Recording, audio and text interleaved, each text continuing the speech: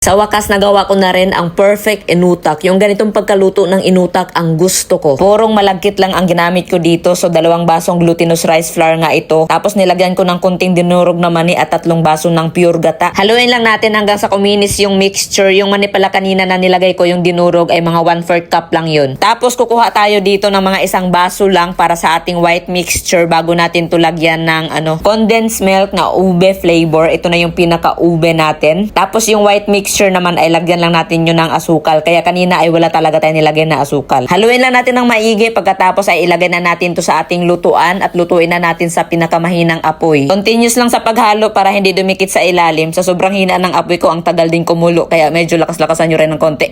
Halo lang ng halo hanggang sa gumanito na yung itsura. Kapag ganito na yung itsura, yung hindi na siya dumidikit or humihiwalay na siya sa kaldero, pwede na to. Isalin na natin ito sa ating molder. Naglagay lang ako dito ng dahon ng saging. Pagkatapos ay pinahiran ko pa ng margarine. Pero optional lang to ha. Pwede ring rekta nyo nang ipahid yung margarine dun sa ilalim. Hindi na kayo gagamit ng dahon ng saging kasi nga gastos pa yan. Ito kasi sa akin libre lang sa aming bukid kukuha. Sagana kami sa dahon ng saging kumbaga. Baka may magtanong dito sa baking pan na gamit ko 7x2 lang yung laki nito. Ilagay ko na lang yung link dyan sa comment section para hindi na kayo mahirapan sa kalisod maghanap. Pagkatapos nga nating mailagay ay tusuk-tusukin natin ito no para magpantay. At ito naman yung 1 baso na tinabi natin kanina na white mixture. Ngayon naman ay lalagyan natin ito ng asukal. Ang nilagay ko lang ay 1/4 cup na white sugar. Gaya sa ube, lutuin lang din natin to sa mahinang apoy at haluin ang haluin hanggang sa maluto. Habang naghahalo, shout out muna tayo sa mga masisipag nating engager. Shout out kay Lianix Young at kay Garcia Rosalie. Pagka ganito na, pwede na natin to ilagay sa ibabaw ng ating ube. Ikalat lang natin para matakpan ng buo. Matakpan natin yung violet part. Tapos dito naman sa kabilang kaldero, maglagay tayo ng 1 basong kakang gata. Gumamit ako dito ng Coco Mama para kaka talaga chirid. 2 kutsara ng powdered milk. Optional lang to. Haluin natin ng maigi. Tapos pakuluin natin sa mahinang apoy. Mga 5 minutes ko itong hinalo at pinakuluan hanggang sa lumapot. Tapos pinalamig ko kaya naging ganito na yung itsura niya. Nilagay ko ito sa plastic kasi nagbiyahe pa kami sa ibang universe. Charot.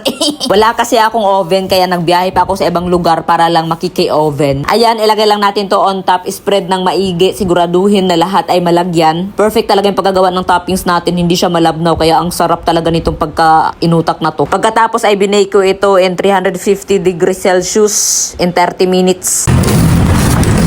At luto na nga no after 30 minutes at masyadong maalog. Kita nyo naman yan. Yan ay indication na masarap ang ating inutak. Itsura pa lang, di pa nga nabuksan. Kita mo na agad na masarap talaga kasi masyadong maalog eh. Ibig sabihin malambot, sing lambot ng utak. Ganun kasi yung inutak. Kaya nga siya tinawag na inutak kasi nga ang lambot. Malambot. Ano daw?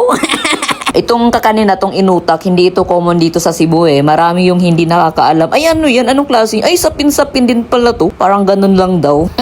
Kayo ba? Anong tingin nyo rito sa inutak? Parang ano lang din ba to? Parang smooth version ng sapin-sapin?